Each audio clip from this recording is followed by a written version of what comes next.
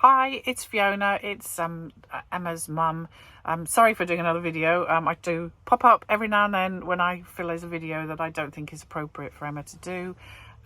Sorry, I can't do her intro, the let's go, but you know, you can maybe put up with me for this week. I wanted to deal with this because this is a little bit of a controversial issue for people who have sort of YouTube channels. We love, being on social media, and when Emma started her YouTube channel, I said, you're going to have a thick skin. People are going to, maybe not like your videos or criticize you. And that's just sort of part of it. So we try and, roll with the punches, and we love getting feedback. And if it is sort of, sometimes critical, and that's good because it's helped Emma improve videos. We don't want to stop people sending us feedback. As you know, Emma's comments are off because she's YouTube switch her comments off because she's a young person, and we do have our other social media. We have email, we have Facebook and Twitter and Instagram, so people often send us messages, and we do try and respond to as many of them as we can. So we love the feedback, and absolutely 99% of the feedback we get, even if it's critical, is still positive. As I say, this is part of Emma's homeschooling, so she if the audio's not right or somebody feels that she's done something wrong, we welcome criticism and feedback. All we ask is it's kind of reasonably positive. And as I say, 99% of people who contact us are absolutely brilliant, and obviously I supervise all the responses that we get, all the emails, all the social media comes to me first before it goes to Emma. So as a parent, you've just got to be careful with, and we've been doing this for years now, so we're all really used to sort of getting comments and feedback. So the majority of what we get absolutely is like water off a duck's back. But we got an email recently.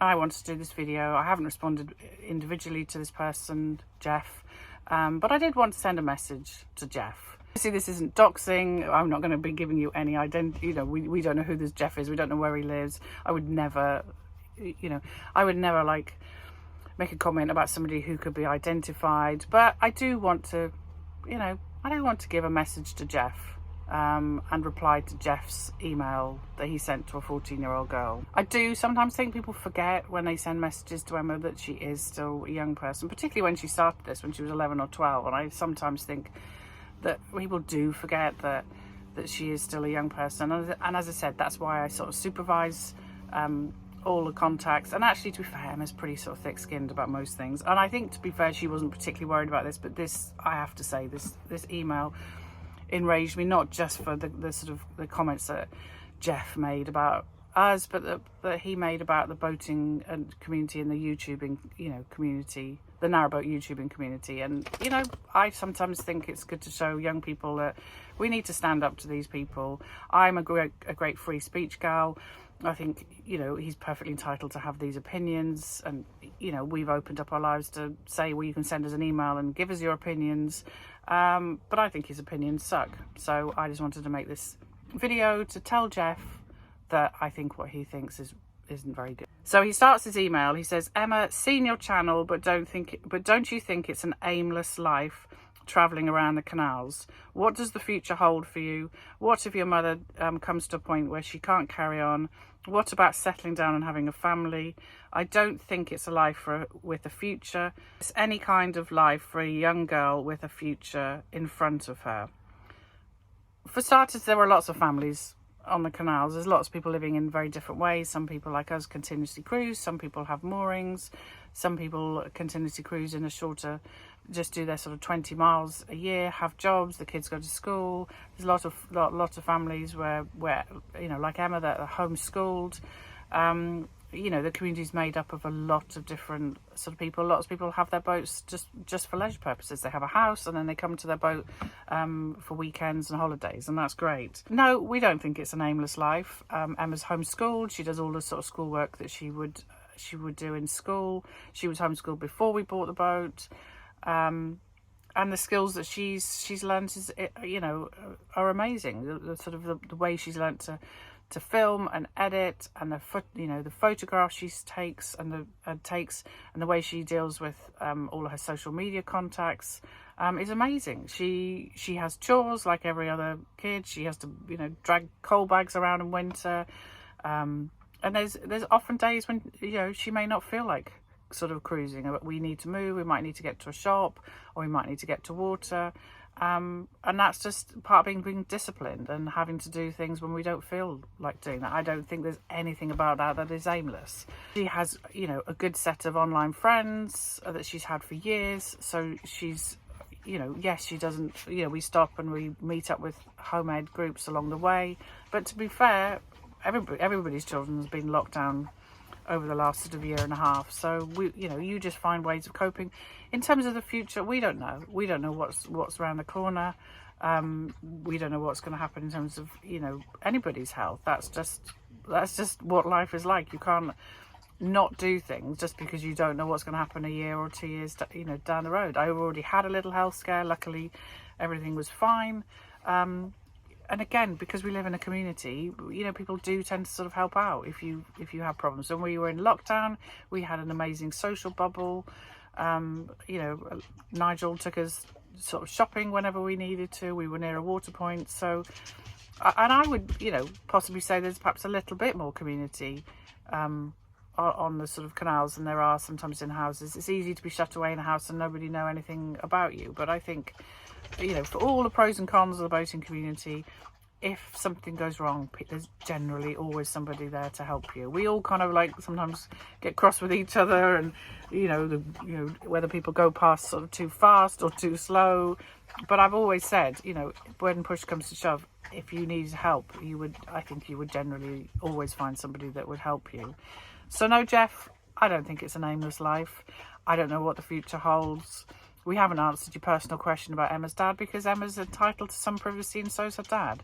So yes, we're vloggers, we've opened up our lives. Hiding anything, there's just aspects of Emma's life that are more private than others. And I think we're sort of, you know, a reasonable open book. We always try and answer as many, you know, personal questions as we can, but we also have to protect other people's privacy. So that was sort of the email that related to Emma and to us and our aimless life. And that's, I mean, to be fair, it's not something that's incredibly unusual for people to sort of say to us, but I just felt, you know, if you're a grown adult and you feel like the need to send an email to a 14-year-old girl telling her life is aimless, then perhaps you need to sort of look in the mirror. But the comment that this gentleman made about the Narrowboat YouTube community, I am going to read out, and it is controversial, and I am horrified because that this is not the way I've brought my child up, and this gentleman deserves that, you know, these opinions deserve to be exposed. Most of those on the canal that have a YouTube channel appear to be misfits running away from society. They are either lesbians, homosexuals, or people suffering from mental health issues. I don't even know what to say to you, Jeff, with that sort of a comment. We're a community made up of people. You go to any town or city or village and you will get generally a broad section of people.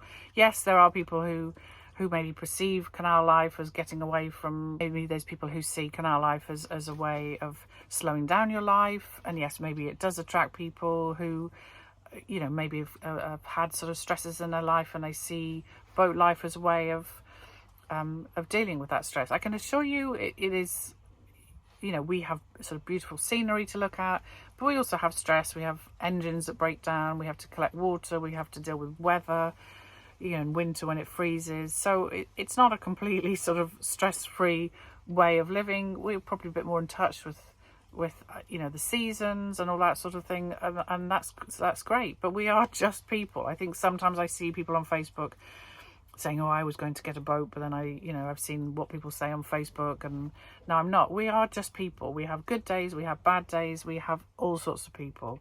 But your other comments, Jeff, no.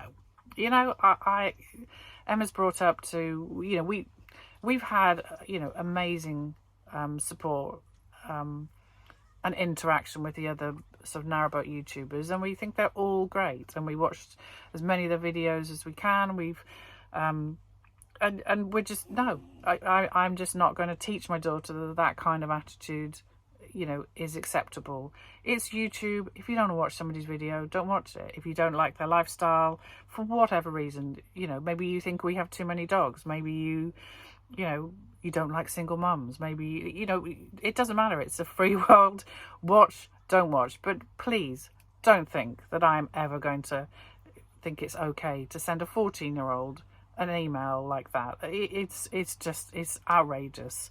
And we stand with, you know, with our narrowboat boating community and our boating community of, you know, whether you're rich, whether you're poor, whether you've got a really shiny boat, whether you haven't, whether you're a hire boater, you know, this is a community, and this kind of attitude is unacceptable. And to send that kind of email to a child, I just think it says more about you, Jeff. And we just wanted to say, I just wanted to make this video because I want Emma to see that I don't see that kind of attitude as acceptable.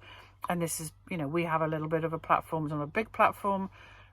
And I just wanted to say out loud that is not, none of what you've said to us, Jeff, you know, I agree with. So he finishes off his email to a 14-year-old.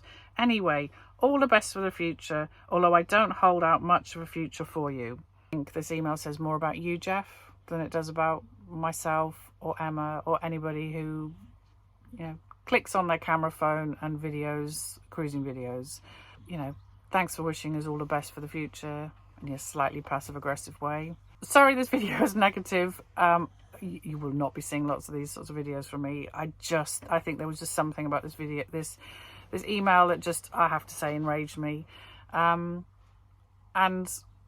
we just want to say thank you for the you know, the hundreds of comments and emails and you know, contacts we've had with people who are amazing, and we want to support all aspects of our boating community and our narrowboat YouTubing community, and to sort of stand against, you know, these kinds of attitudes. So I hope you enjoyed this video. If you did, don't forget to give it a like, subscribe, and hit the notification bell so you're notified every time I do a video.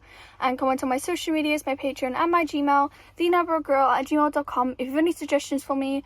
And you also do have a canal post address if you like sending me letters. But yeah, see you later. Bye.